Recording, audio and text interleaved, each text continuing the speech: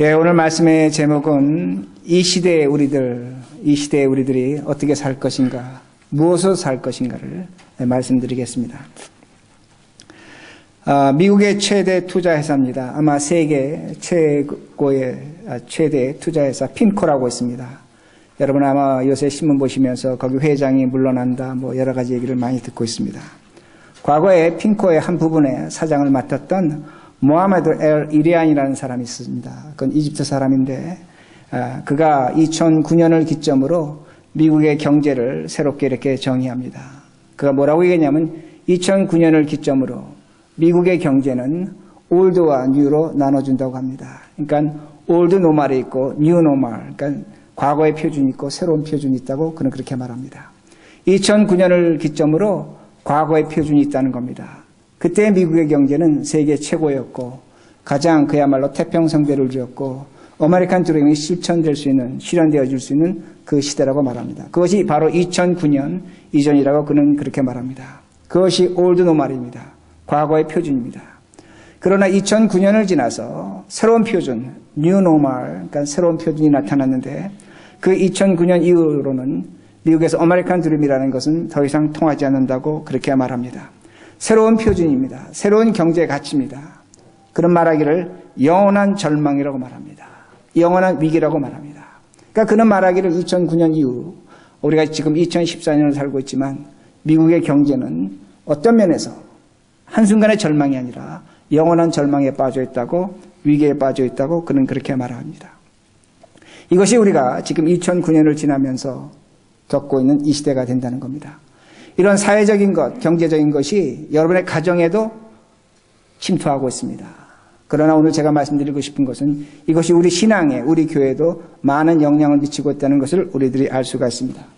미국이 더 이상 경제적으로 강국이 아닙니다. 그러다 보니까 이민사회에 이민은 끊어지고 있습니다.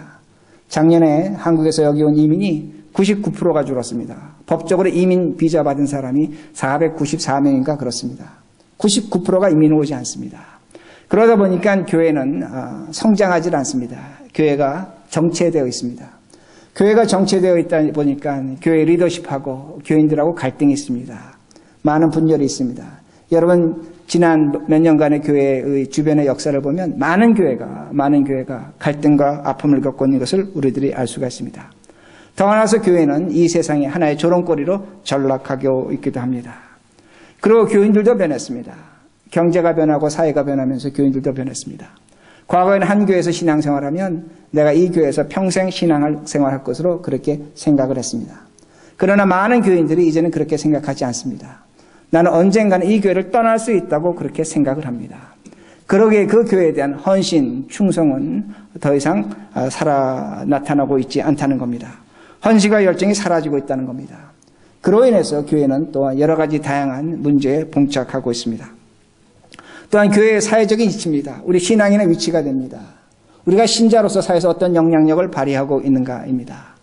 저는 신문을 볼 때마다 그 생각을 하는데 신문을 보면 매일 나타나는 것이 정치, 경제, 사회, 문화, 교육 이런 것들이 신문에 나타납니다. 종교라는 것이 있습니다. 일주일에 2번 나옵니다. 신문의 한 섹션을 차지합니다. 그리고 우리 기독교, 개신교는 그 중에 한 부분을, 한 귀퉁이를 차지하는 것을 우리들이 볼 수가 있습니다. 오늘날 우리들의 영향력, 교회의 영향력, 또한 여러분의 영향력은 신자로서 이 세상에서 얇아지고 있습니다. 사라지고 있습니다. 아주 약해지고 있다는 것을 우리들이 알 수가 있습니다. 그럼 여러분 자신은 어떤가입니다. 여러분 자신도 마찬가지입니다.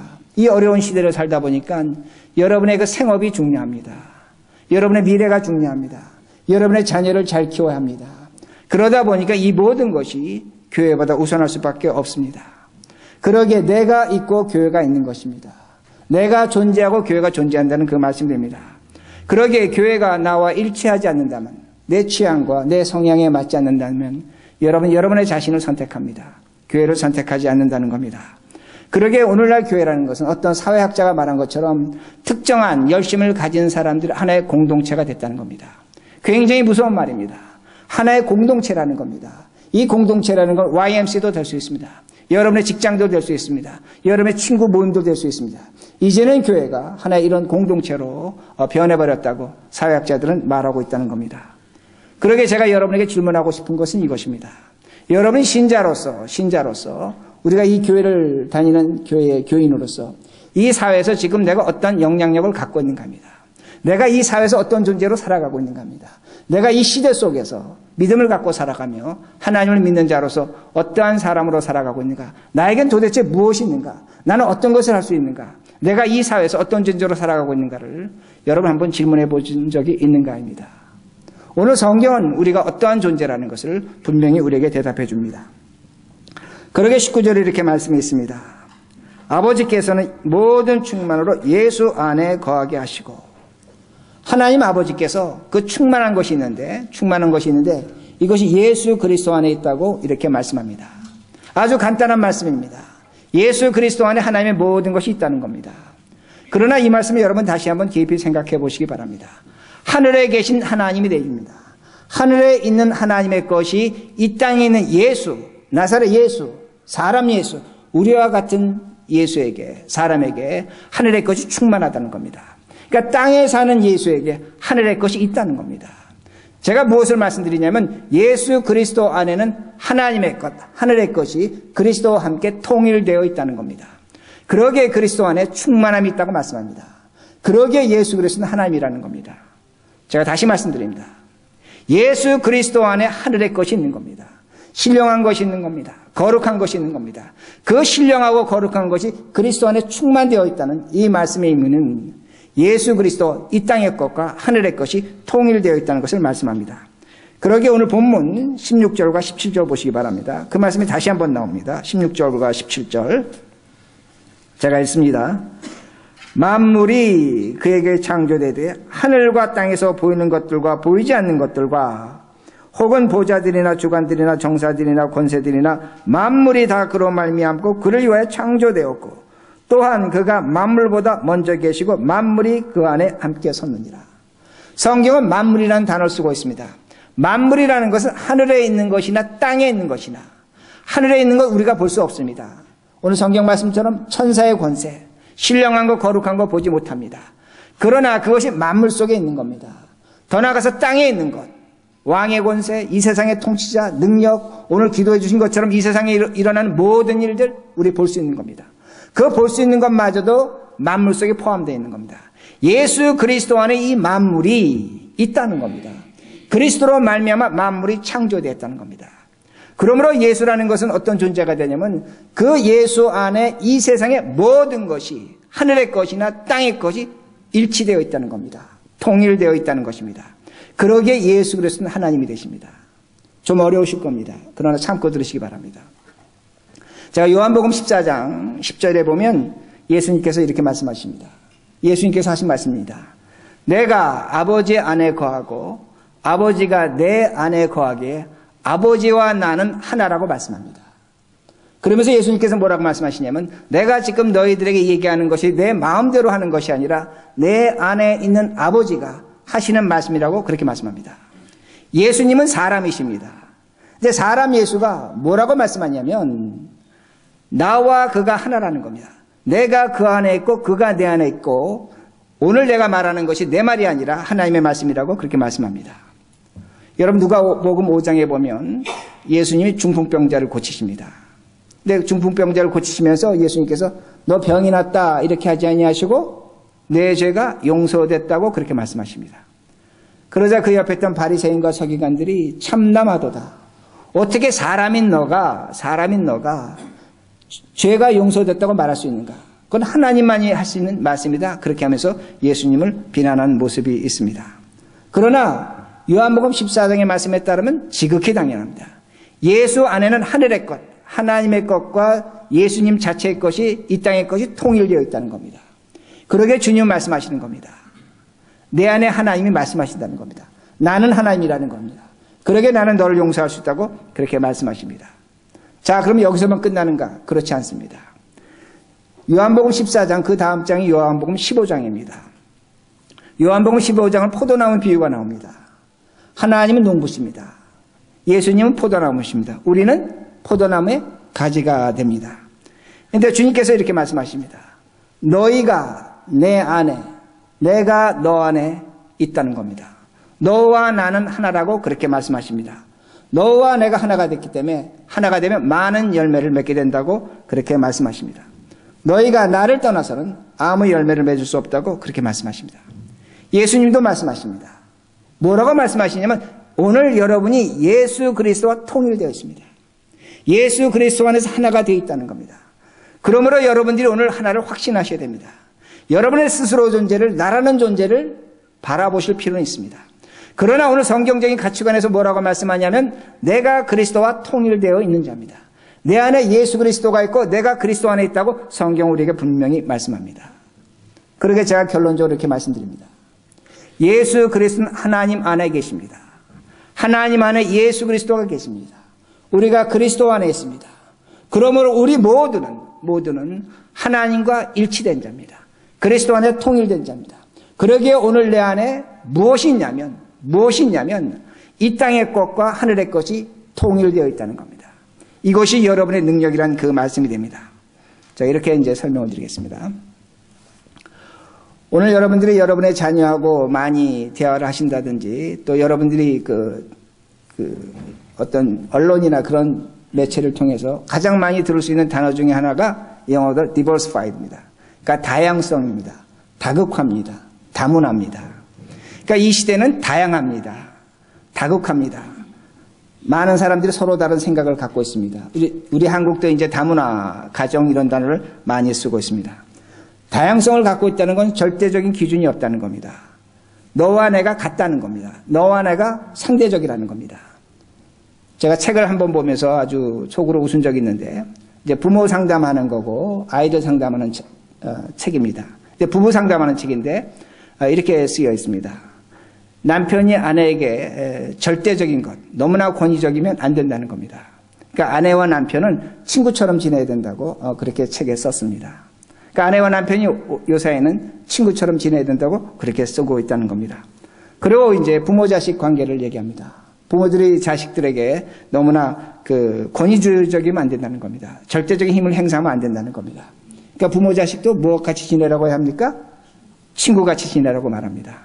그러니까 요새는 어떻게 됐냐면 부모 자식이 친구입니다. 부부가 친구입니다. 그러니까 모두가 친구처럼 아름답게 잘 지내야 합니다. 근데 문제는 뭐냐면 여러분들이 너무나 잘 아시겠지만 친구같이 지내야 되는 이 시대에 부부 갈등이 굉장히 심합니다. 이혼은 나날이 높아지고 있습니다. 친구같이 지내야 될 부모 자식 사이가 갈등이 심합니다. 아픔이 있습니다. 부모 자식이 어려움이 있다는 겁니다. 우리는 친구같이 지내야 된다는 세상에 살고 있습니다. 친구같이 지내야 될 것을 알고 있습니다. 그러나 우리 현실에는 많은 어려움이 있다는 것을 알 수가 있습니다. 친구가 아니라 원수가 되어 있다는 겁니다. 왜 그런가? 다른 것이 아닙니다. 오늘 우리 안에 너와 내가 일치하지 못하기 때문입니다. 너와 내가 일치하지 못하기 때문이다. 다시 말씀드린다면 신앙적으로 표현한다면 하나님과 우리가 하늘의 것과 땅의 것이 일치하지 못하기 때문입니다.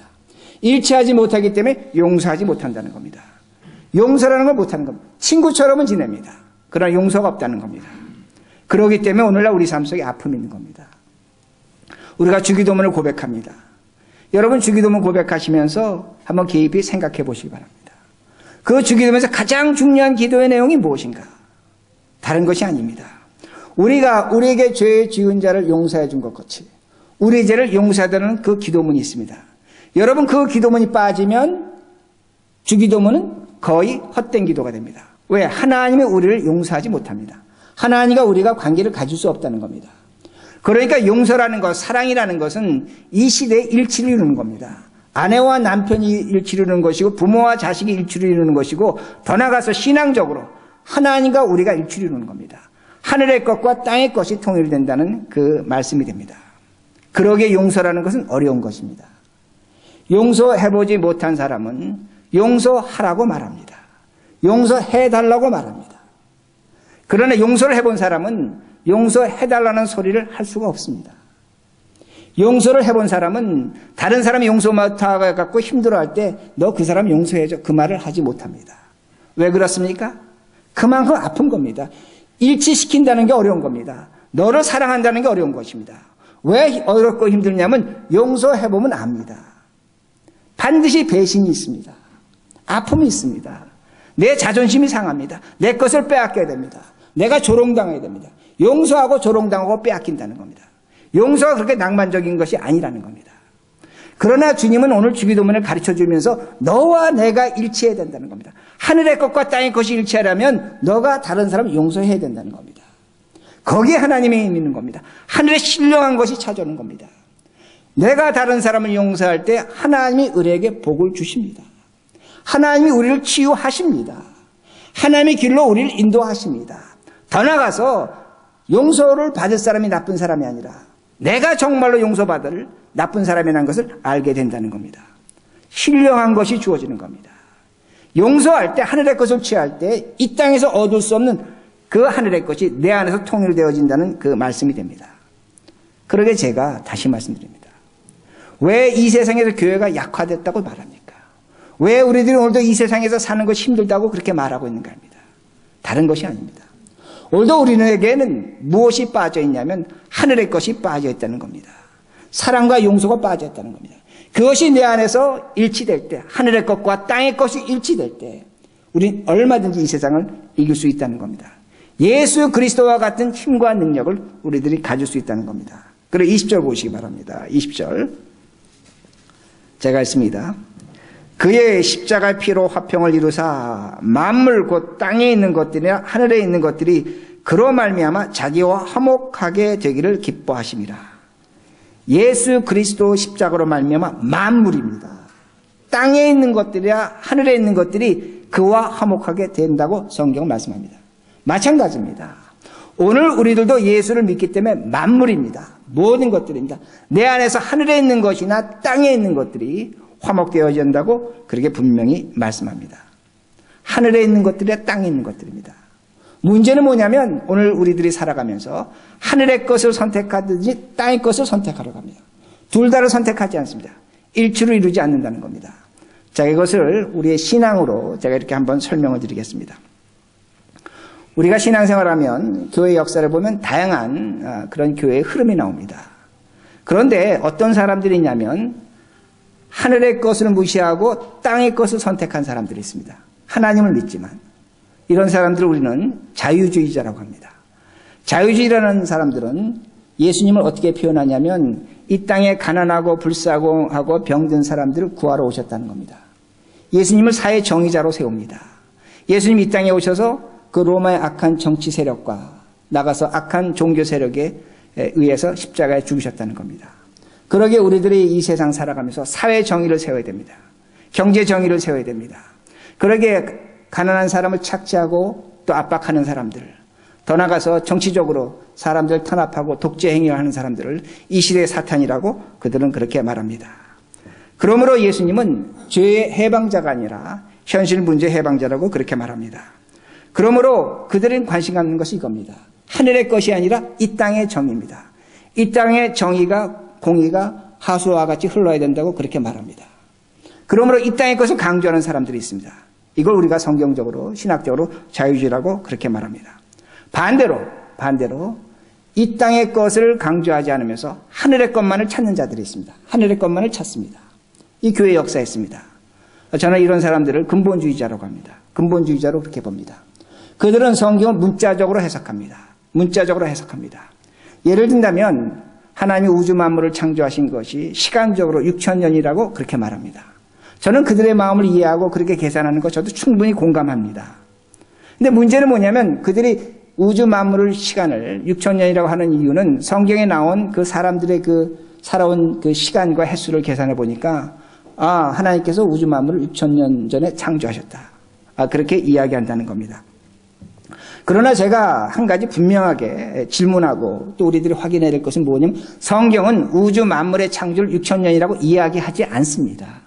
이걸 확인하셔야 됩니다. 그러기에 종교개혁가 칼빈은 이렇게 성경을 문자적으로 해석하는 것에 대해서 극단적으로 경계하기도 했습니다. 만약에 우리가 성경을 이렇게 문자적으로 해석한다면 인간의 지성, 인간의 이성을 말살시키는 겁니다. 제가 여러 차례 말씀드렸지만 하나님께서 우리에게 주신 은혜와 복이 있다면 건전한 사고와 건전한 지성입니다. 이건 하나님께서 인간에게만 주신 특별한 은혜요 복이라는 겁니다. 그러기에 만약에 우리가 성경을 문자적으로 해석한다면 우리 모두 돼지고기 먹지 말아야 합니다. 우리 모두 안식일을 지켜야 됩니다. 그리고 주님께서 말씀하신 것처럼 우리 이렇게 모여서 같이 기도할 수 없습니다. 모두 골방에 들어가서 기도해야 됩니다. 그리고 독사를 내가 만지면서 이 뱀이 물지 않을 것으로 확신해야 됩니다. 독국물을 마시고도 내가 죽지 않을 것으로 그렇게 생각해야 된다는 겁니다. 성경을 문자적으로 해석하면 이런 문제가 있다는 겁니다. 그러게 교회 역사에서 하늘의 것을 강조하는 사람들이 있고 땅의 것을 강조하는 사람들이 있다 보니까 이게 신앙이 안 되는 겁니다. 그러니까 이번에 어떤 것이 나타나냐면 하늘의 것과 땅의 것을 공평하게 강조해보자. 이것이 바로 복음주의입니다. 복음주의입니다. 복음주의는 하늘의 것과 땅의 것을 통일시키려고 애쓴 그런 신학적 사조가 됩니다. 복음주의는 네 가지를 강조합니다. 첫 번째, 가장 중요한 것이 회개할 때 성령 체험을 해야 됩니다. 회개할 때 하나님을 체험해야 됩니다. 두 번째는 성경이 가장 중요한 하나님의 말씀입니다. 세 번째는 예수 그리스도의 십자가의 구원이 굉장히 중요한 겁니다. 가장 중요한 것입니다. 그리고 자유주의가 세상을 너무나 강조했고 또한 근본주의가 이 세상을 너무나 무시하다 보니까 중간 타협점을 찾았습니다. 그게 뭐냐? 전도와 선교입니다. 이것이 복음주의가 갖고 있는 특징 중에 하나가 됩니다. 우리 한국교회를 복음주의라고 그렇게 말합니다. 그런데 오늘 우리 한국교회 복음주의는 여러분 한번 생각해 보자는 겁니다. 어느 쪽을 가고 있는가 합니다. 어느 쪽을 선택하고 있는가 합니다. 복음주의의 가장 중요한 것이 회개할 때 체험입니다. 하나님 체험입니다. 굉장히 좋은 겁니다. 여러분 다 체험하셨을 것입니다. 근데 하나님 체험이 너무나 강조되다 보니까 이 체험이 없으면 자신이 신자가 아닌 줄로 착각한다는 겁니다. 그리고 교회 안에서 나오는 것이 뭐냐면 성령 체험입니다. 성령 세례입니다. 이런 체험으로 발전하고 있다는 겁니다.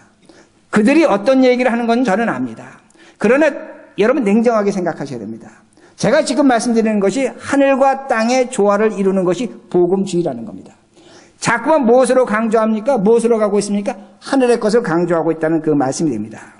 그러므로 오늘날 교회 속에 체험하는데 이제 교인들 사이에 어떤 체험이냐? 강한 체험이 있습니다. 약한 체험이 있습니다. 강한 체험은 약한 체험한 자를 지도할 수 있습니다. 가르칠 수 있습니다. 이러다 보니까 교회는 어떤 체험까지 나오냐면 마지막 종말에 대한 환상을 봤다고 이야기하는 체험까지 교회에 나오고 있다는 말씀이 됩니다. 그러나 문제가 하나 있습니다. 이렇게 성령 체험을 강조했음에도 불구하고 성령의 열매가 없다는 겁니다. 성령의 열매는 성경이 우리에게 분명히 가르쳐주는 것이 뭐냐면 인격적 변화입니다. 삶의 내용이 변하는 겁니다. 갖가지 성령 체험에서도 불구하고 이런 성령의 열매가 없다면 여러분 스스로가 확인해 보셔야 됩니다. 이것이 과연 올바른 성령 체험인가, 하나님이 주신 체험인가를 확인해 봐야 된다는 말씀이 됩니다. 그러게 복음주의 거장이 존 스토트라는 사람이 있습니다. 그는 뭐라고 얘기하냐면 오늘날 복음주의가 체험이 강조되면서 설교가 약화됐다는 겁니다. 성경이 약화됐다는 겁니다. 그리고 하나님이 주신 인간의 지성과 이성을 부정함으로 말미암아 오늘날 복음주의는 기형적인 복음주의가 됐다고 그는 그렇게 말하고 있습니다. 그러기에 그는 말합니다. 다시 우리가 복음주의로 회복하려면 이 땅의 것을 다시 찾아야 된다는 겁니다. 사람이 갖고 있는 지성과 이성이 건전해져야 된다는 겁니다. 그리고 하나님이 주신 그 말씀에 따른 올바른 신학이 세워져야 된다고 그는 그렇게 말합니다. 제가 지금 여러분에게 뭘 말씀드리고 있습니까? 신앙이라는 것은 하나님의 은혜 굉장히 중요합니다. 하나님의 특별 은총 예수 그리스도로 말미암아 십자가로 구원받은 것 중요합니다. 그것만큼 중요한 것이 무엇이면 하나님은 이 세상을 사랑하셔서 독생자 예수 그리스도를 보내셨습니다. 이 땅의 것도 그만큼 중요한 것입니다. 두 가지 다가 하나님의 은혜라는 그 말씀입니다. 그러기에 다시 말씀드립니다. 하늘의 것과 땅의 것이 오늘 여러분의 삶 속에서 통일되어야 합니다. 하나로 나타나야 합니다. 그러기에 오늘 우리가 그리스도 안에, 그리스도가 내 안에 있는 그런 역사가 우리 삶 속에 일어난다는 그 말씀입니다. 그러기에 28절 보시기 바랍니다. 이제 우리가 어떻게 살 것인가? 28절. 각 사람을 권하고 모든 지혜로 각 사람을 가르침은 각 사람을 그리스도 안에서 완전한 자로 세우려 함이니. 저는 이 말씀을 번역을 좀 왜 이렇게 번역했는지 모르겠는데 여기 각 사람을 권하고 각 사람을 가르치면 각 사람이라 그랬기 때문에 우리가 영어로 생각할 때 each로 생각합니다. 이치로 생각하는데 여러분이 그 영어 성경 갖고 계신 분들은 보시면 전부 다 every로 번역했습니다. 모든 것으로 번역했습니다. 왜 그러냐면 28절에 보시면 그 모든 지혜로라는 말씀이 있는데 모든 지혜로라는 것과 그 모든 것과 각이라는 것이 헬라어로 보면 똑같습니다. 파즈라는 단어를 썼는데 제가 이 성경을 이렇게 번역합니다. 들으시기 바랍니다. 28절 모든 사람을 권하고 모든 지혜로 모든 사람을 가르치면 모든 사람을 그리스도 안에서 완전한 자로 세우려 함이니 우리가 모든 사람을 권할 수 있습니다. 모든 사람을 가르칠 수 있습니다. 모든 사람을 완전한 자로 세울 수 있다는 겁니다. 누가? 우리들이 할 수 있다는 겁니다. 왜 우리들이 이런 모든 일을 모든 사람을 가르치고 권하고 완전한 자로 세울 수 있냐면 우리 안에 모든 지혜를 갖고 있기 때문입니다. 여러분은 모든 지혜를 갖고 있습니다. 그러게 다시 말씀드립니다. 여러분 자신을 낮추시기 바랍니다. 여러분 자신을 높이지도 마시기 바랍니다. 오늘 여러분 자신은 예수 그리스도로 말미암아 모든 지혜를 갖고 있습니다. 이것이 우리라는 겁니다. 그러기에 모든 지혜라는 것은 무엇인가? 세상 사람은 세상의 지혜만 갖고 있습니다. 그러나 우리는 모든 지혜입니다. 하늘의 지혜와 이 땅의 지혜를 동시적으로 갖고 있다는 겁니다. 그러기에 바울은 말하는 겁니다. 너가 이 세상의 모든 사람을 권면할 수 있다는 겁니다. 모든 사람을 가르칠 수 있다고 그는 분명히 이야기하고 있습니다. 우리가 이 땅에 살면서 이 땅의 지혜, 세상 사람과 똑같이 갖고 있습니다. 그러나 동시에 우리는 하늘의 지혜를 갖고 있습니다. 그 하늘의 지혜가 뭡니까? 예배입니다. 기도입니다. 말씀입니다. 여러분이 신령한 것을 사모하는 겁니다. 하나님이 오늘도 우리에게 주신 은혜가 있다는 겁니다. 세상이 갖지 못한 것을 우리는 갖고 있고 이것이 모든 지혜의 한 축을 이루고 있다는 겁니다. 동시에 우리는 이 땅의 지혜를 갖고 있다는 말씀이 됩니다. 그러기에 제가 처음에 말씀드렸습니다. 이 시대가 2009년을 기점으로 해서 그 풍성한 미국이 영원한 절망과 영원한 위기 시대에 빠져 있다고 말합니다. 세상은 변하고 있습니다. 맞습니다. 변했습니다. 그러나 우리에게는 모든 지혜가 있다는 겁니다. 그러기에 바울은 당당하게 가르쳐줍니다. 너가 모든 사람을 가르칠 수 있고 모든 사람을 변화시킬 수 있다고 분명히 우리에게 말하고 있습니다. 여러분 이걸 믿으십니까? 여러분 이걸 믿으십니까? 여러분 존재의 가치가 어떠한가라는 것을 여러분 믿고 계시는가입니다. 제가 이렇게 예를 들고 말씀을 마치겠습니다. 비즈니스 세계에서 10년 전만 해도 가장 중요한 것이 자본이었습니다. 기술이었습니다. 그리고 그것을 한 어떤 비즈니스의 전체의 90%로 그렇게 생각을 했습니다. 그리고 10% 정도가 뭐였냐면 사람이었습니다. 그런데 이것이 변하고 있습니다. 급격하게 변하고 있습니다. 불과 10년 이제 전부터 변하고 있는데 그런 가장 대표적인 것이 애플입니다.